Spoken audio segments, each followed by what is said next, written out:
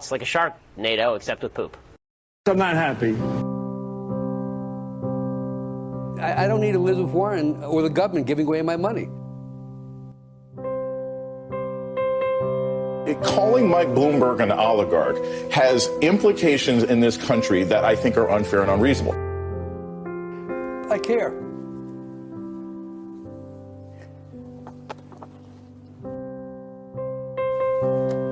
That's it.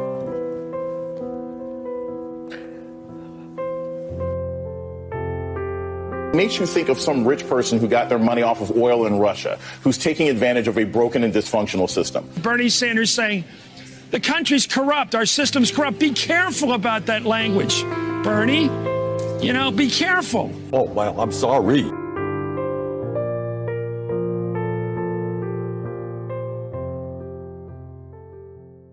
There's insanity in the control room.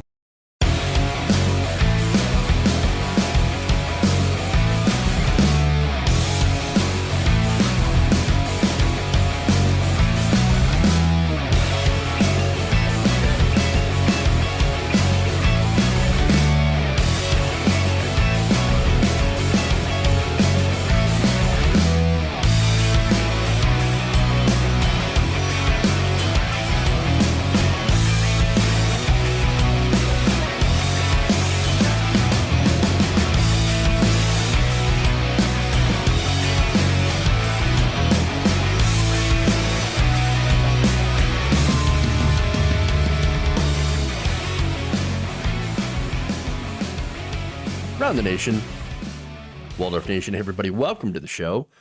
It's Tuesday. It's one of those days. We've got disaster, we've got fun, we've got Fox News, we've got hilarity, we've got Ivanka Trump. And we start the day with already a fuck up. So, all right. No, it's nothing that I can't fix. Real simple. I just got to enable the sound on my videos. That's all. So what I'm going to do is I'm going to fix that real quick, and then we're going to get to starting the show. So just kind of bear with me for a second here. So let me go to this. Yes, you currently can't hear that, but you will. Oh, yes. You will. Let's see. Actually, you won't. If I figure this out. Biden issue. This is something that's been going. All right. Don't want to spoil the surprise here. There we go. That's it. We got it. Let's move on. So, all right. Please, if you're watching, this is not how it normally goes. But don't worry. I do a professional show here. We do it live. We do it live for all of you. It just, it just turns out that sometimes There's insanity in the control room. Yes. But don't worry. We don't have any hammers. Who's got a hammer? Nobody. Nobody's got the hammer. That's all right. The stream goes on as it shall, and as it will. All right. So that said, what we're going to do, we're going to talk about, of course, Sidney Powell. She's in the news. She's got an interesting defense, and it actually might be somewhat successful. We're going to talk about that. We got Janine Shapiro on immigration. We've got, again, we got pharmaceutical companies getting ready for price hikes. So we're going to talk about that. And then, yes, I am going to talk about the Boulder gunman. What's going on there? What's the information that we know now? Well, a decent amount, but there's more to come out, obviously. So that said, let's move on. Janine Shapiro. Did I say Janine Shapiro? Oh, Janine Pirro. I don't know if I said Janine Shapiro. It's one of those days. But anyway, let's move on. Please like and share, and we'll dive into it. All right.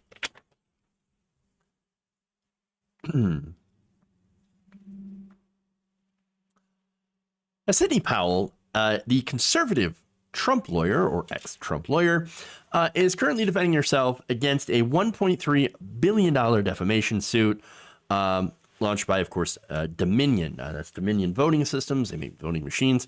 And, of course, Sidney Powell is one of those people, along with the MyPillow guy, that has been basically accusing the company of resurrecting the ghost of Hugo Chavez, working together with him, and Iran and all these different places to try to steal the election away from Donald Trump and give it to Joe Biden. Now, of course, we all know that's absolute garbage, and even she knows that it's absolute garbage. And so, nonetheless, in order to continue to basically make her stake the claim, or I should say to stake her claim to fame within the Trump right-wing sphere, and, to get all these money from the gullible rubes, she had to go all over conservative media after Donald Trump basically made her a superstar and go and repeat these ridiculous things, these absolute lies. All right. So, all right. That's interesting. And now that she's being sued, she is asking the court to throw out the lawsuit, this defamation suit, because she would never be able to afford to pay $1.3 billion or be held accountable whatsoever. And she is using a defense that we have seen before. It is called the Fox News defense. And so what that basically is that she is saying that reasonable people would never believe her claims because they're so crazy and they're so out there that no one in their right mind would believe it. And therefore, well, if nobody believes it, then is it really defamation if it's so crazy and insane that no reasonable people would believe it? I mean, it's very interesting. Great. Now, the election infrastructure company Dominion Voting Systems did sue Powell for defamation after she pushed a bunch of different lawsuits, as well as made appearances in conservative media on behalf of then President Donald Trump to talk about the 2020 election results, to basically sow doubt. Now, that company, being an election infrastructure company, yeah, it was kind of harmed by this whole thing. All right. Not only that, but more importantly to me, it harms democracy as a concept and in execution as well.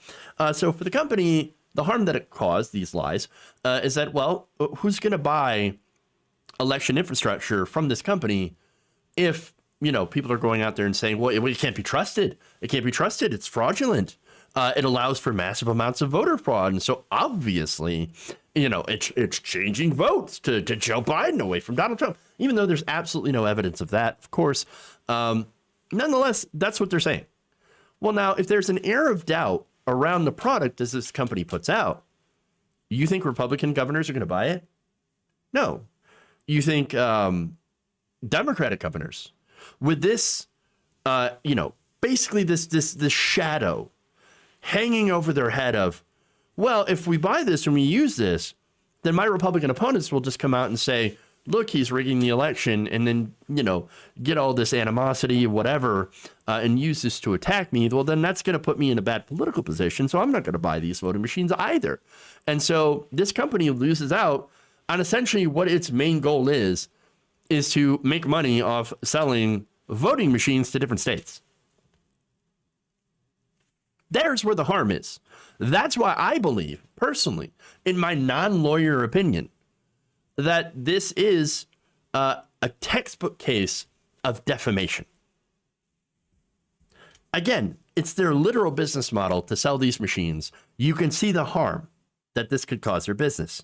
Now, again, I'm not as concerned that a corporation was harmed. I know, those poor corporations.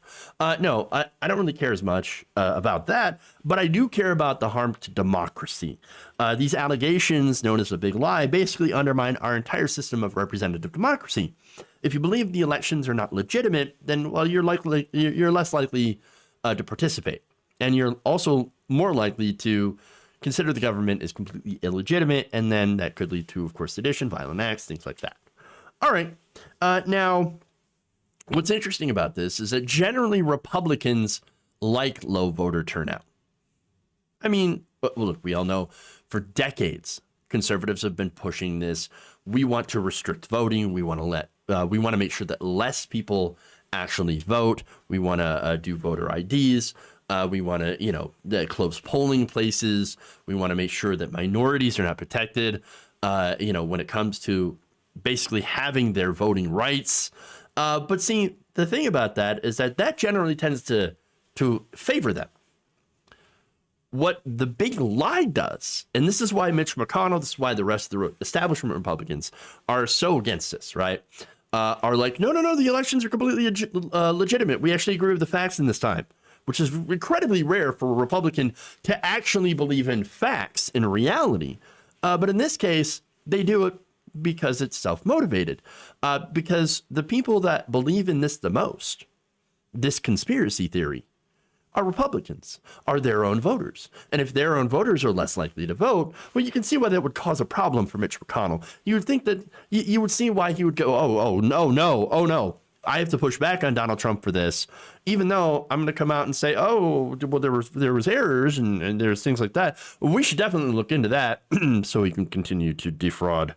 I'm sorry, not defraud, but we can continue to deny people of color access to their ballots, and so that they are not able to vote in massive numbers so we can win again. But we still want to get our people out there. We need to get our people out there, our voters out there. And if they believe in this crazy conspiracy, that's going to make them less likely to go out and vote. So, all right, I get it. That's essentially what I see. That's the breakdown. All right. Now, the thing is that the right wing is so full of insane conspiracy theories. They are the party of conspiracies. Now, look, they've been for a long time, but it's really been adopted into the Republican mainstream a lot more so. And I could go through the long history of how the Republicans basically set this whole thing up. I would think some of them pretty unknowingly, some of them absolutely knowingly setting up these conspiracies. And setting up the stage for an entire electorate to basically no longer believe in reality. Because if you set up an electorate to no longer believe in the reality, well, then you can sell them on basically anything, whether it be boner pills, whether it be, these beta male, whatever, or alpha male shakes or something like that, these supplements that they're always hawking on Alex Jones. And you can also get them to believe in ridiculous policies like trickle-down economics. No, don't worry. The money will trickle down eventually. I mean, not really, but we're going to say that it does. Any day now. You'll feel it. It'll be like a warm rain all over the back of your head. That's our trickle-down. But anyway, now, one of the people, the conspiracy theorists in this, that is likely to be grifting because of her defense, Sidney Powell. I actually do believe the MyPillow guy believes in this stuff. Like, he's also being sued by Dominion Voting. But this guy's like, oh, yeah, bring it on. I got all the evidence. And he's actually working with the Satanic Panic guy to go and come up with a defense and to try to prove that the election was stolen from Donald Trump. Hey, Satanic Panic guy, tell us about how it was all the devil. The devil. Oh, okay. No, he believes it. Sidney Powell does not believe it. I think she is slightly smarter than that, and knows how to try to grift an audience. And that's what it's all about. All right. So now, in her new court filing, Powell's attorney write that she was only sharing her opinion on the election and that the public would reach their own conclusions about whether or not the votes were changed by election machines. Spoiler alert, they weren't. Given the highly charged and political context of the statements, her lawyer said, it is clear that Powell was describing the facts on which she based the lawsuit she filed in support of President Trump. Indeed, plaintiffs themselves characterized the statements at issue as wild accusations and outlandish claims. They're repeatedly labeled inherently improbable and even impossible. Such characterizations of the allegedly defamatory statements further support defendants' position that reasonable people would not accept such statements as fact, but view them only as claims that await testing by the courts through the adversary process. So basically, in trying to save her own ass, she is calling all the people, the millions and millions of Trump voters who believe that there was a massive conspiracy to go and steal the election from Donald Trump and give it to Joe Biden. They're calling those people who believe in this stupid and unreasonable. At the very least, they're saying unreasonable. Well, no reasonable person, no person who, basically knows anything, knows facts or believes in reality, would ever believe these outlandish claims. I mean, come on. Reasonable people would never believe in this insane stuff. But millions of otherwise, many would consider to be reasonable people, now believe in unreasonable things, massively unreasonable things, such as the ghost of Hugo Chavez assisting Joe Biden in stealing the election. So this is a problem with, of course, conservative ideology. At this point, it is basically predicated, since it's not on fact. It has to be based on something, and that something happens to be conspiracies, which of course make the person who believes in the conspiracy the only one, the special one. I'm the only one who believes in the truth. I'm the only one who sees this. The rest of you, you've got your eyes wide shut, and it's, you're the sheep, and you're following along with this narrative that isn't actually true, and I'm the only one, so please believe with me, and you can be special too. Right. Got it. So now I think that's an interesting strategy by Ms. Powell. Let's see how this plays out. Now, she also claims in court, her lawyers do, that her statements about the election were a matter of public concern about a publicly known company, Dominion, and thus is protected by the First Amendment. Oh, she's going there. Now, her attorneys also claim that she had a right to make these accusations because she was acting as an attorney for the Trump campaign, even during her TV appearances, of which the Trump campaign, of course, tried to distance themselves away from.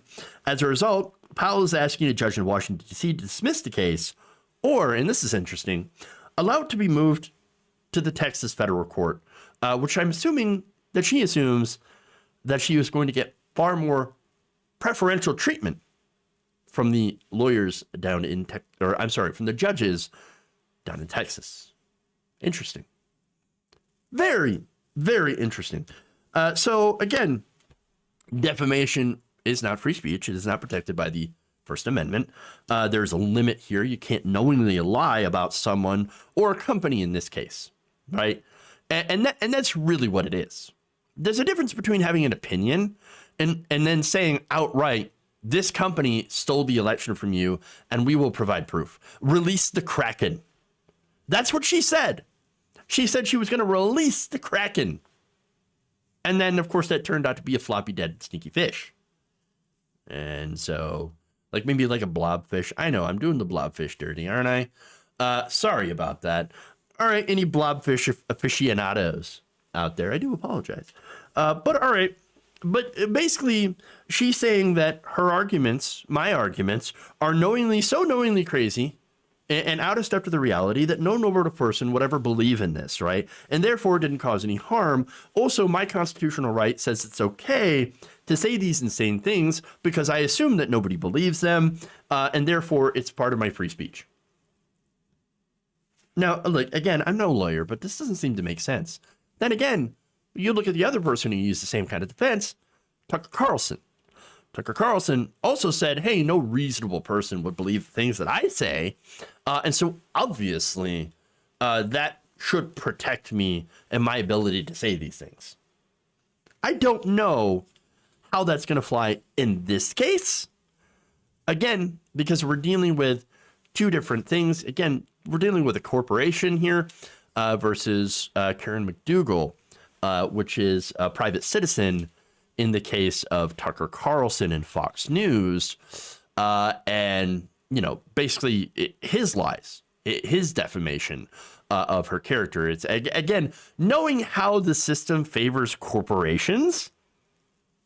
I'm thinking maybe this has a bigger, and not only that, but since, Sidney Powell is not a Fox News personality, but a lawyer that worked on behalf of the Trump campaign, I think the situation here is actually massively different. And I don't know if that defense, I don't think that the defense is going to be very effective. But again, that's my personal non-lawyer opinion. So you can definitely take it as a grain of salt. I just haven't seen any evidence from legal experts to say that this could be an effective strategy. Well, we'll have to see. We'll have to see. All right. Moving on. Let's go to the next segment. We got some Fox News and some good old-fashioned anti-immigrant sentiment. Look at that.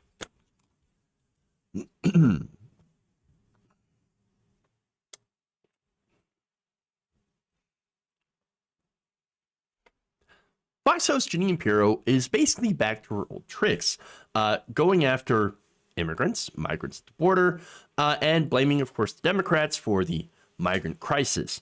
Now, immigration attorney David Leopold is going to go on the show, and he's a little bit tired of Pirro putting out false information and false narratives. And so he's going to do something that a little controversial. He's going to go on her show. He's going to challenge her on this. And I say this as a controversial opinion because there's a lot of people that say, well, why is he even going on that show? Why are they even going on Fox News in the first place? Well, I'm going to make an argument, I think, in favor of this. But first, let me show you a first part of this segment where they get into a disagreement. Take a look. One thing that the Trump administration showed us, that with its cruelty and with its outlandish treatment of children, with its kidnapping of kids at the borders, with its separation, with its treatment of people, of humanity, of kids, they're still coming, Jeanine. And why are they still coming? They're coming because this is not a Biden issue. This is something that's been going on in ebbs and flows for decades. And in fact, if you want to talk about a surge at the border. David, what's been going on in ebbs and flows? David, what's ebbs and flows? What are you saying? Jeanine, take a look at 2019. Everybody's screaming on your show tonight about a surge at the border, but in 2019, there was 150,000 people that came in, much more than what we have today under Joe Biden. David, you're wrong on the facts. The 100,000 in February this year is the highest number in 15 years. All right, that is a fact. And if you want to go through the cages, I want you to look at a picture of a cage. Just bear with me. Answer my question.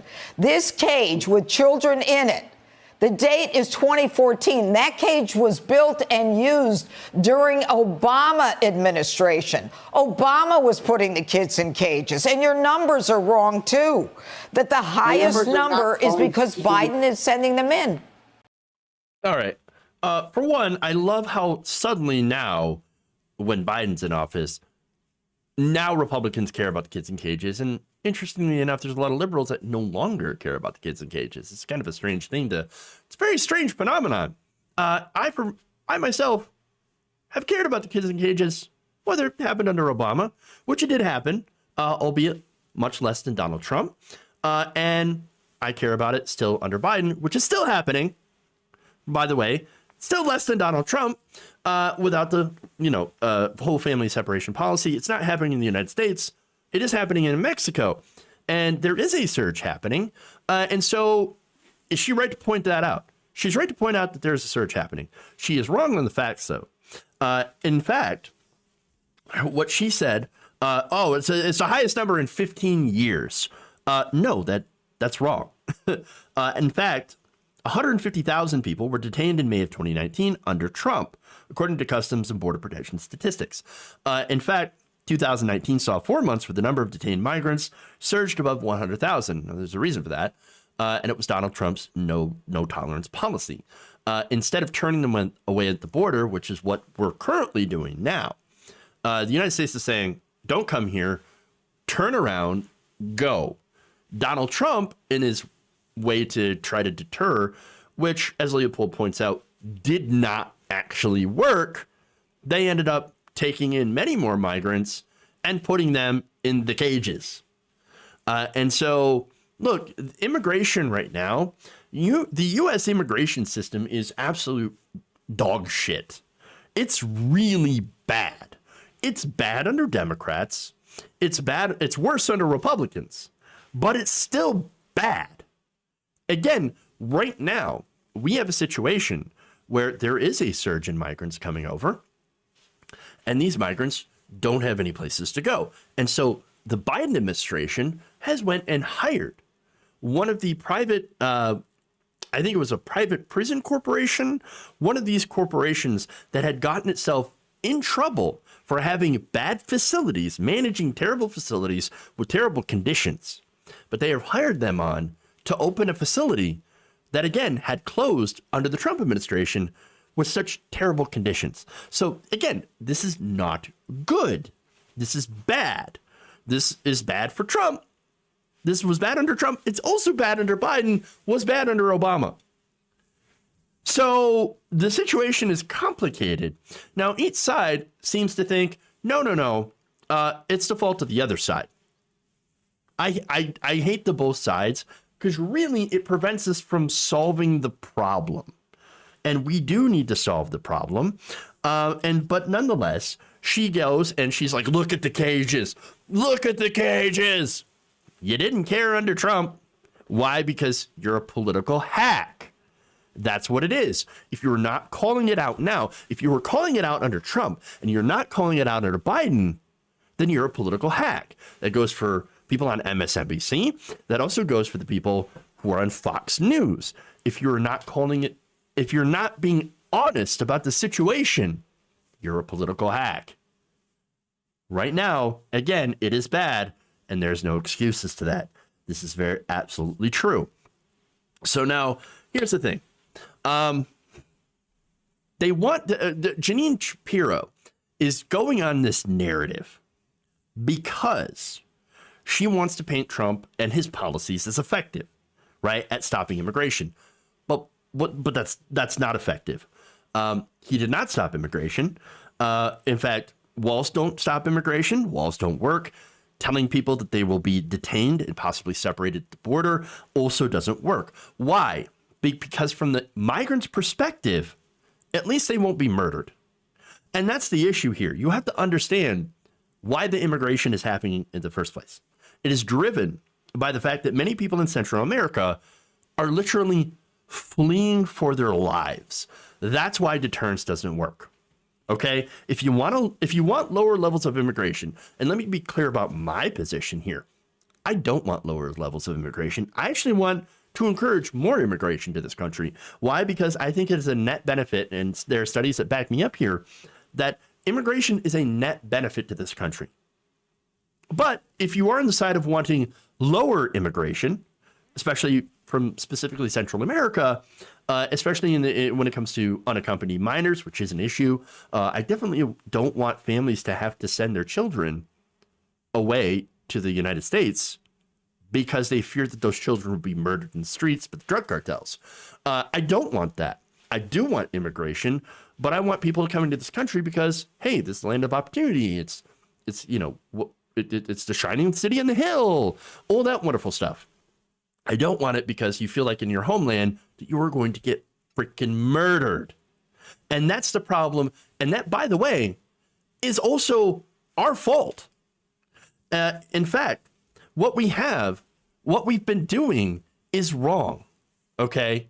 What we've been doing here is doing the drug war. The drug war has actually emboldened and empowered the cartels. The people in America, and the reason I say, again, partly our fault, is because, first of all, who's demanding the drugs? We are. People in America are demanding the drugs. So the cartels have risen to fill that demand, And then we launched this war on drugs. So now the area is flooded with weapons, with violence, and there are people that want to get out. And so they come to Mexico, they come to America, and then, of course, we say, well, we don't have any room for you. Or, well, I guess we've got room in these private prisons, to which now these companies make money off housing these immigrants. And it's a problem. It's a problem all over.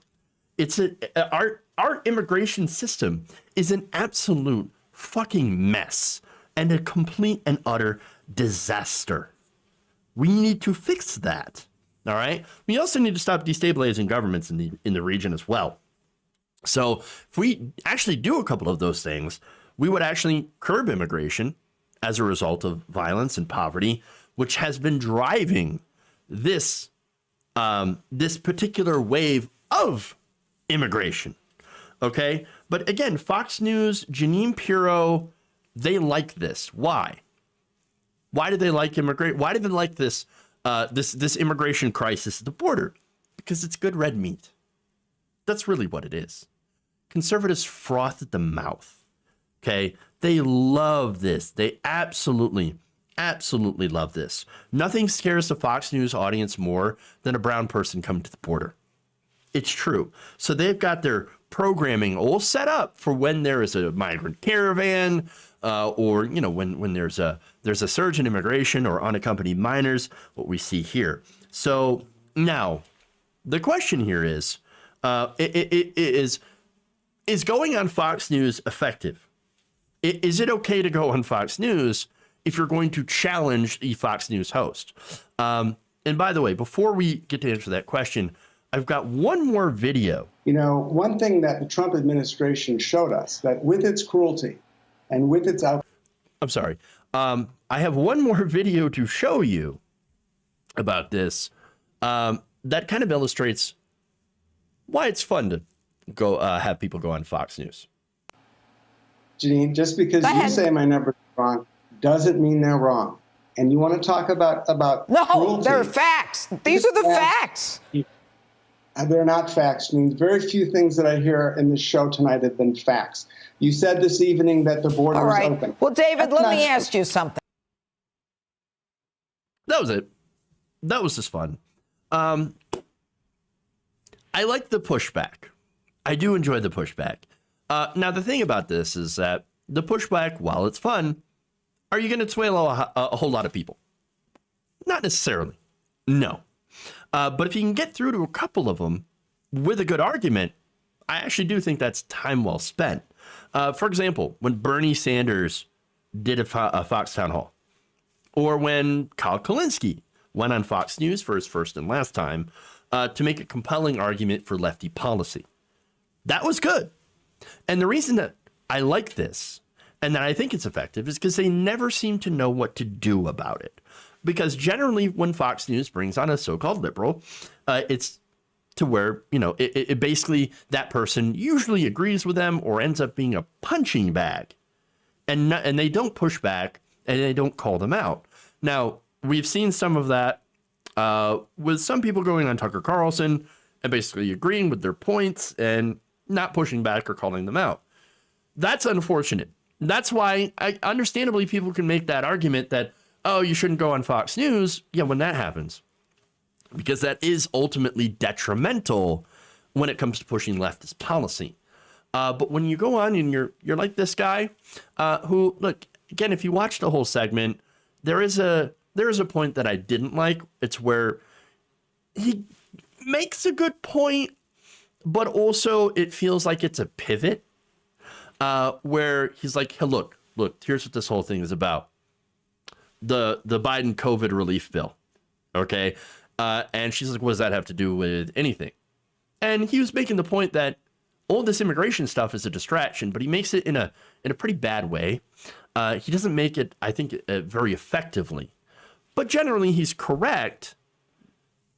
But optically, it didn't look quite as good as the earlier moments in this discussion. So, if you're going to go on Fox News, you got to you got to be ready with your argument, and you got to present it with a certain amount of gravitas in order to sway people. Because again, conservatives generally only respect strength.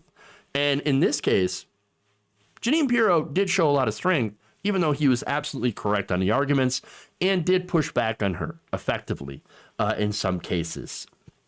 Again, if you're going to go on Fox, you got to be strong. You got to have the facts. You got to make your case, and you got to push back. I'll rate that, a good 7 out of 10. All right.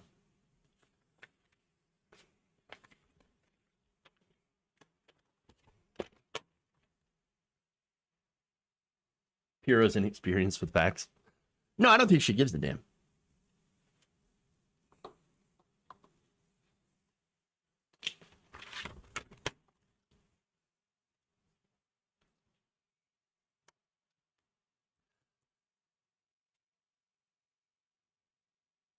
Ivanka Trump is back, kind of.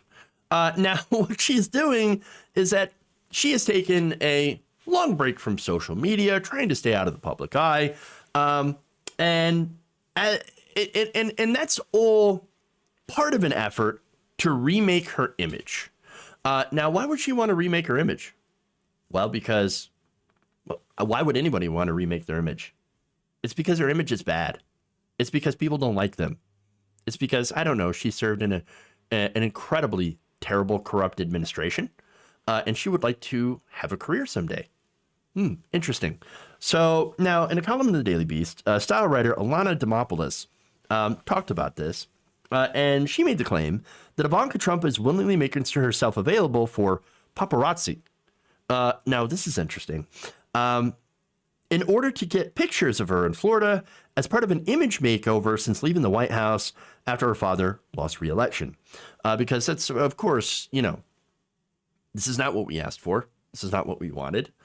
We did not want any more of Ivanka Trump, but then again, here we go. So now I have talked about before that she would like to jump into politics and to actually run for office someday. Now, she would do so by using her family connections in Florida.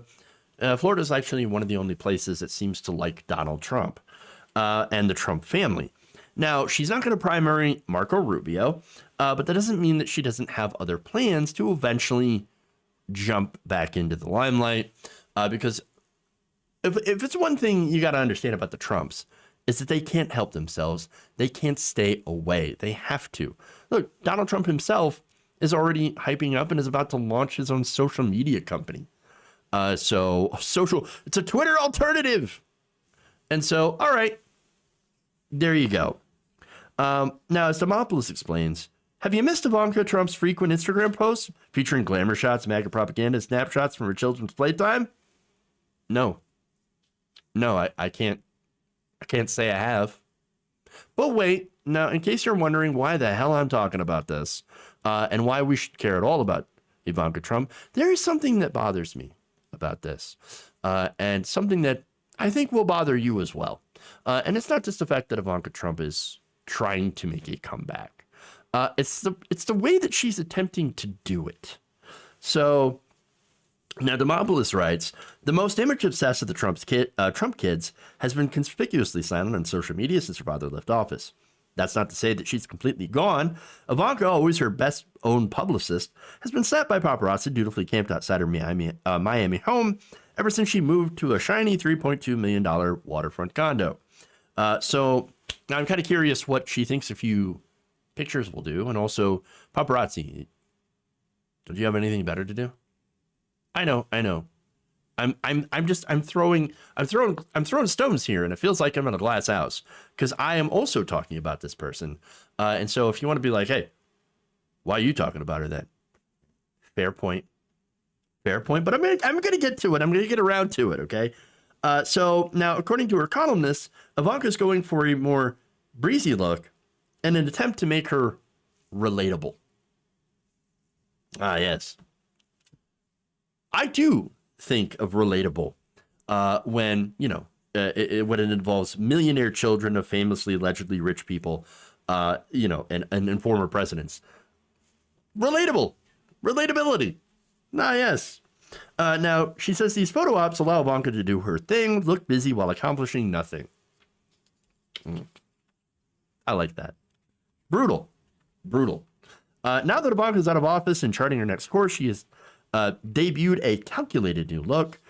Some of the elements we know are there, like the stick-straight blonde hair and ultra-white teeth, but there's a new style to Ivanka, one that might belie her future aspirations, whether in politics or business. Just as her father campaigned on the false image of being an outsider and champion of the working class, Ivanka now finds herself in the midst of a precarious rebranding. If she wants to redeem herself, she will have to come back as the polished but relatable supermom. Hence the dowdy khakis and polos she wears while golfing, as if working moms actually have time to do that. So Demopoulos hits on something that's important, right? That Ivanka is basically trying to be one of us, to look like something that she is not. She is trying to cosplay as a middle-class, working-class person. That bothers me. I don't like that. As a working-class person myself, okay, I sit here and I'm like, wait a minute. You trying to look like us? Like regular people? Curious. Very curious. All right. And here's the thing. Everyone who does this thinks you're a moron. No, it's true. Every politician, every millionaire, and there's a lot of overlap, by the way, who tries to appear like a regular person, think we're all fucking stupid or something. And by the way, this is, oh, Jeff, you wear a jacket. What are you talking about? Regular people. What kind of regular person are you? I wear this. This is my work clothes. All right. So I've actually traded a work shirt, like a uniformed work shirt, for something like this.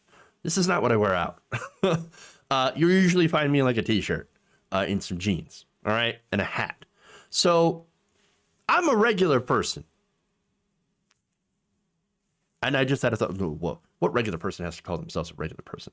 Okay, look, maybe I'm rethinking, or I'm overthinking the thing, okay? Seriously. All right. But anyway, here's the thing. These people, these obviously super rich people, they're trying to dress down to be more relatable so that they could fool you into thinking, oh, that's a person's one of us. Therefore, they will either get my vote or I will buy stuff from them, something. Okay. There's usually some sort of, especially since we're dealing with a member of the Trump family here. Okay. There's some sort of selfish motive involved. All right. And so this is like Hillary Clinton with the hot sauce in her purse. Oh, look, hey, black people, I like hot sauce. Or Mitt Romney going grocery shopping. I mean, do these people ever grocery shop for themselves? Do they do anything for themselves? Honestly, no, they don't. They are not us. Okay? They are not regular working people. And so I wish that they would stop insulting our intelligence for a goddamn minute. All right? We all damn well know that Ivanka Trump has never held down a normal job. She's never worked stocking shelves. She's never worked at a factory. She's never done anything like that. Okay? She never worked in food service. All right? And so she lives a completely different pampered lifestyle, literally seated in the lap of luxury. And so she does not understand the struggles of working people. And so what she is doing is essentially poverty cosplay. Okay? Hey, fellow, how do you do, fellow poors? I'm just like you. I'm not so bad. Please vote for me or put me in some sort of position or buy my incredibly expensive handbags because, I'm like you. No. Now, Demopoulos concluded by saying, this is a tale of practiced domesticity, where all this image making takes her remains to be seen, but if you need Ivanka before then, totally average, millennial mother will be lounging on her private beach. Because, hey, don't we all have that? Private beach? I have an issue with rich people pretending to be regular people. If you're rich, you're rich, okay? Now, FDR's had a lot of problems, okay? But FDR was a super rich person who actually was like, look, I'm a rich person, but I know that there are policies that we could pass right now that would help average people. That's what I want, okay? I want somebody who, yes, who is rich, right? I want rich people to be themselves and to not be afraid of their wealth. But what I want them to do with the wealth is to actually do good things with it. Pay their taxes.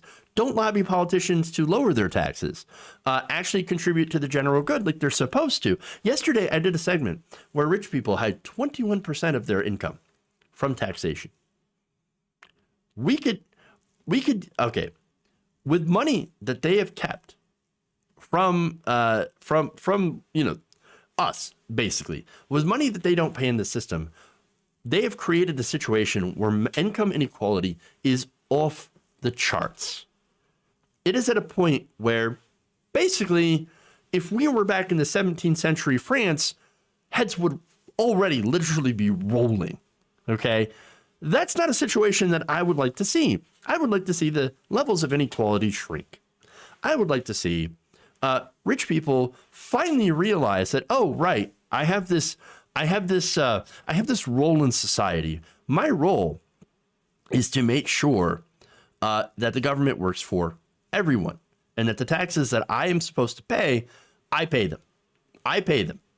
And again, this is all within the confines and the frame of capitalism, understand. And until we get to a different system, a better system, I would like the rich people that do exist to not try to do these ridiculous schemes to, oh yeah, no, I'm just like you. I'm actually a regular person. I'm poor like you. No, I want rich people to go, yeah, I'm freaking rich. Guess what I'm going to do? I'm going to use my wealth to help the rest of society like I'm supposed to. And that's it. That's what I want. And if they don't want to do it willingly, then you have to have a government that's willing to go and challenge them. A government that is not bought, a government that is not corrupt. And so I would like a system right now where we take back control of our government through politicians that do not take bribes from rich people and institute policies. For example, there's a couple of different bills. There's the wealth tax or millionaires tax.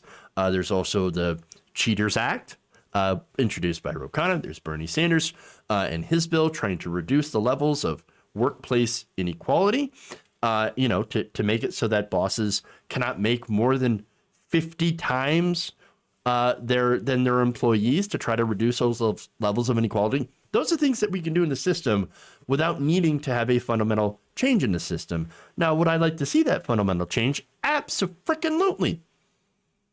But until we get to that position, we would at least try to move forward on something to reduce these massive levels of inequality. So, and that's really it. Okay. As far as Ivanka Trump is concerned, if you want to be like us, all right, well, don't just cosplay the part. Give up your fortune, give up your famous name, your business, your holdings, go get a regular job, live on food stamps, and you might actually freaking understand what it's like to be one of us. Otherwise, shut the fuck up. All right. Simple as that.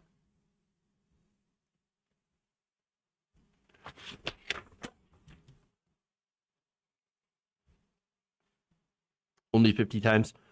Right now, the inequality, CEOs make an average 320 times more than their employees. So,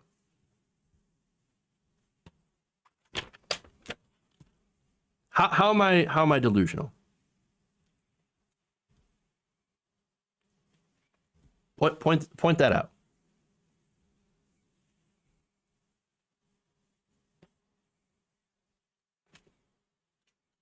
Like, I'm feeling a little called out right now.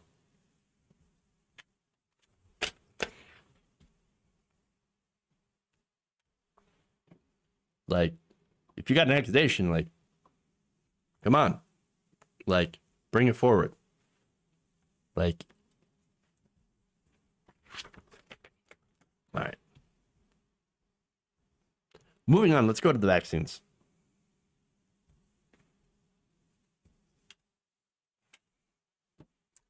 So right now, the Biden administration is attempting to get as many Americans vaccinated as possible in order to try to put an end to this pandemic. Now, I support that. Right now, hey, we're doing actually a lot better. We're vaccinating about 3 million Americans a day, the most that we've actually seen. So that's good. It's good news. We still have a long way to go, though. So I wouldn't go and, party just yet without your mask or anything like that. Now, that said, pharmaceutical companies, well, they know that things are getting a little bit better on the vaccine front. And so now they're planning to make a little bit of a profit. So according to a report by The Intercept, executives at Johnson & Johnson, Moderna, and Pfizer, the big pharmaceutical companies, are quietly planning to hike prices on the doses of their vaccines in the near future once they decide the pandemic is over. Now, wait a minute. They decide the pandemic is over. What about the scientists? What about the scientists? I mean, and the epidemiologists, aren't they the ones that are supposed to decide, looking at the facts and the data, that this pandemic is over? Apparently not, according to, these companies. They're like, no, we decide it's over, when we can get away with basically jacking up the price on these vaccines. So now Li Fong, The Intercept, writes, although the rapid development of the coronavirus vaccines made possible by large infusions of public resources has given big pharma companies a boost in goodwill, for now, the public is still sensitive to drug pricing, and the reputational risk has so far curtailed their ability to reap large financial rewards. So right now, everybody's like, oh, thank goodness for the vaccines, right? Oh, they did a good job, and that's great, and we're going to be able to get back to normal. But we still remember, for example, Joe Manchin's daughter, CEO of a company who makes, insulin injections, okay? Where she hiked the price up of insulin to like $600 for 2 doses. That's insanity. And then, of course, you have Pharma bro, Martin Shkreli, who also jacked the price up of an anti-malaria drug to, like, I don't know, some insane amount. And so, okay, so that's a couple of examples of pharmaceutical greed. So this is a business model that is based on trying to bilk people out of money who need these medicines to survive. And not only that, not only are they acting as a parasitical middleman, between people getting, their medication, they also rely on government funding for research and development. So really, when they're charging us for a medication that we have already put public resources into, well, they're essentially charging us twice for something that we have already paid for. So that is ridiculous. All right. That said, now Fang noted that the environment that they hope will eventually change once the pandemic ends, a date that drug makers themselves reserve the right to declare. Now, he also writes that many epidemiologists expect the coronavirus to become endemic soon. And as COVID-19 mutations continue to spread, booster shots may be required on a regular basis. Leaders from the 3 companies are enthusiastic about cashing in. Now, as this shifts from pandemic to endemic, this is Pfizer's chief financial officer, Frank D'Amelio, says, we think there's an opportunity here for us. So now this was happened. These statements had been caught during a recent healthcare conference sponsored by a bank. Great. By a bank. He said, that a potential need for boosters provides a significant opportunity for our vaccine from a demand perspective, from a pricing perspective, given the clinical profile of our vaccine. So basically, we plan to increase the price of the boosters. We're going to rely on this coronavirus now being a daily part of our lives. So now it's going to come back, it could be a seasonal thing that comes back like the flu. And so what we're going to do is we're going to jack the price up of the coronavirus vaccine, these booster shots, and then roll in the money.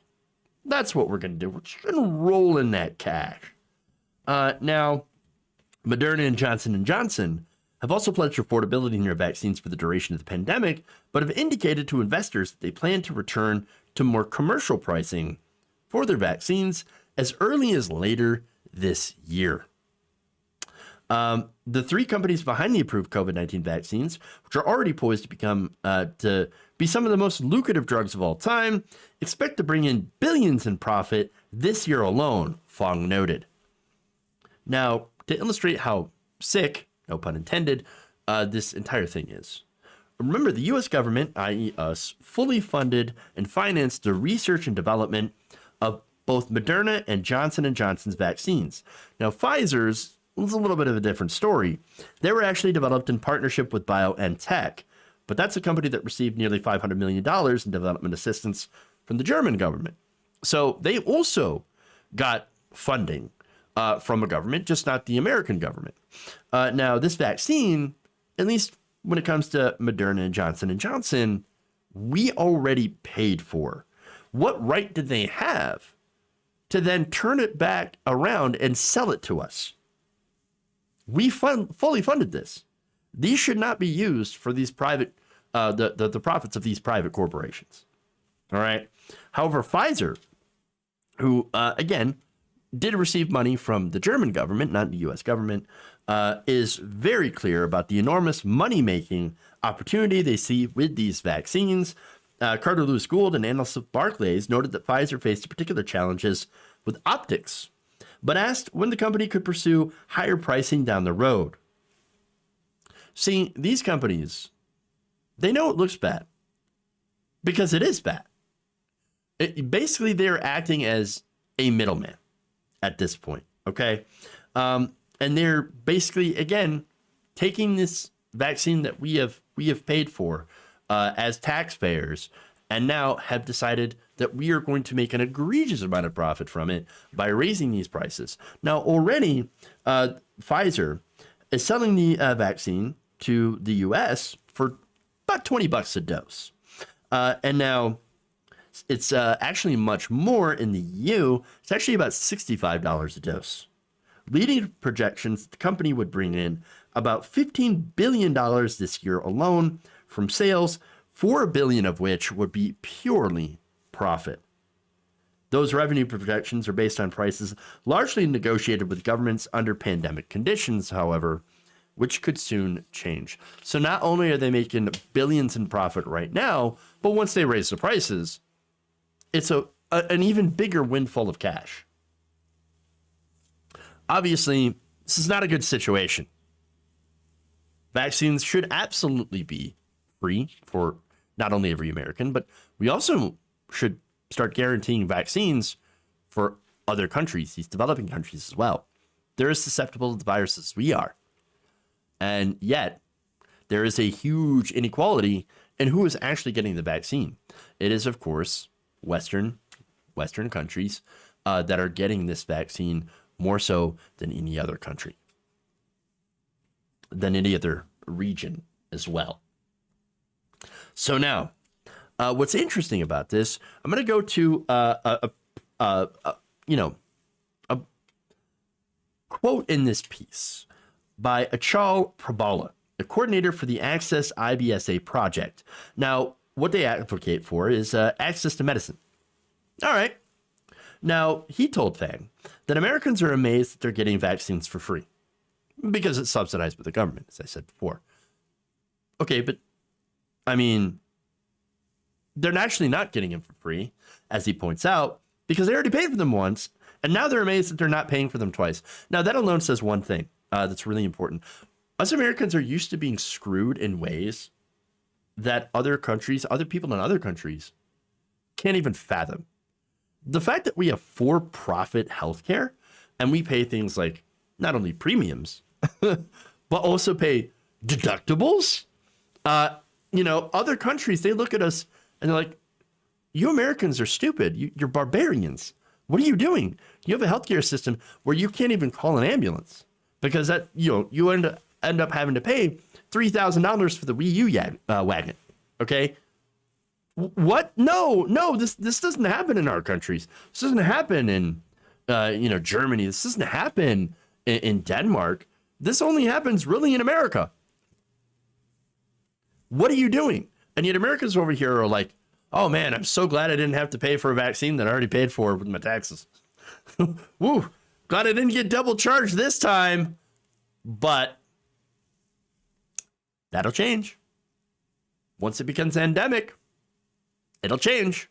And suddenly we will start to have to pay, we'll start having to pay, not just once, but again, twice, much more so. In fact, companies like Pfizer, which has not made the vaccine available to 85% of the world's population, are enjoying immense popularity, probably continued, in the US and Europe because of the fact that they got the vaccines done fast. They seem to work well. It's an unusually good position for pharma. They're not used to being thought of as saviors. It's pretty interesting. They are now waiting for the opportune time to raise prices once enough people have been vaccinated. Well, that's what they do.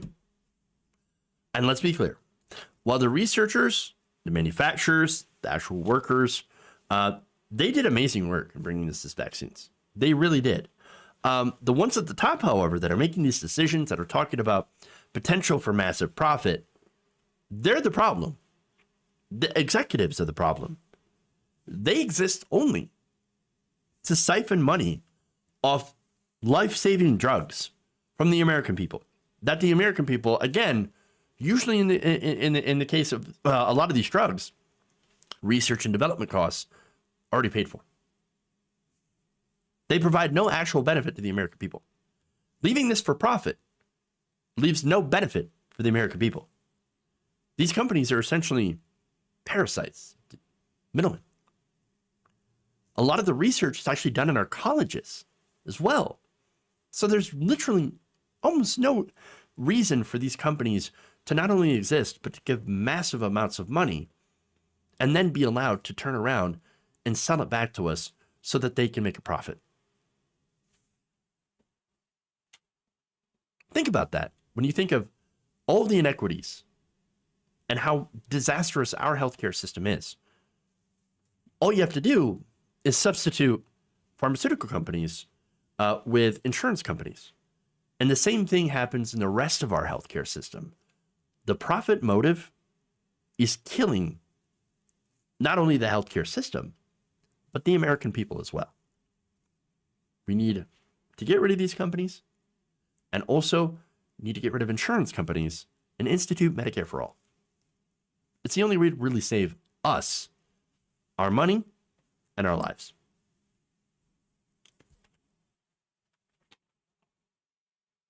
Okay.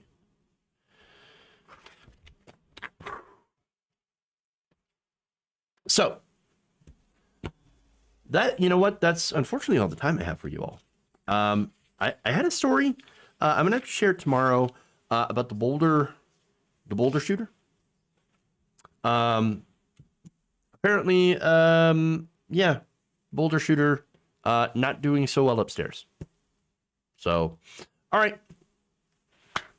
That said, please have a good day today. Have a good rest of your day. Thank you for going around the nation with me. Thank you for joining the stream. Much, much appreciated. Please like and share. Very important that you do so. Helps me out fantastically. Helps me to continue to do the show. Before I go, I want to read some donos here. Gabby Mathis correctly points out that I made a little oopsie, that it was the EpiPen, not the insulin. True. Insulin, of course, is incredibly overpriced as well. But yes, I did mean the EpiPen. So thank you so much for that correction. It was the EpiPen, not insulin, which is $300 a dose. Danko Bengal says, throw the Trumps out the airlock. True. And then Zach Sherman says, hey, haven't been around in a while. Helping my son with schoolwork during this time. Well, thank you for stopping by. I do appreciate that. Schoolwork, education, very important. So you're doing good work there. All right. That said, thank you all. Love you. And remember, change begins with you. Oh, actually, you know what? It does begin with you. True. But I do want to thank people on Twitch, too. So Tumbles25, thank you for the 200 bits. Also for the subscription at tier 1. Anonymous, thank you for the 2 months with Prime. And then Tempadan, thank you for the 1,000 bits. Much, much appreciated. All right. Now with that, we'll see you all tomorrow. Stay safe. Love you all. And have an excellent, excellent day.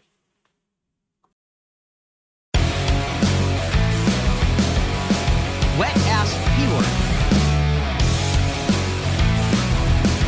I like my knees tight. Tighten up my knees. There's insanity in the control room.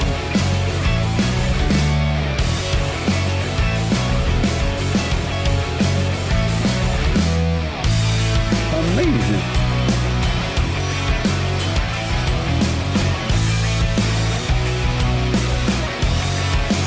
Dumps. Big, massive dumps.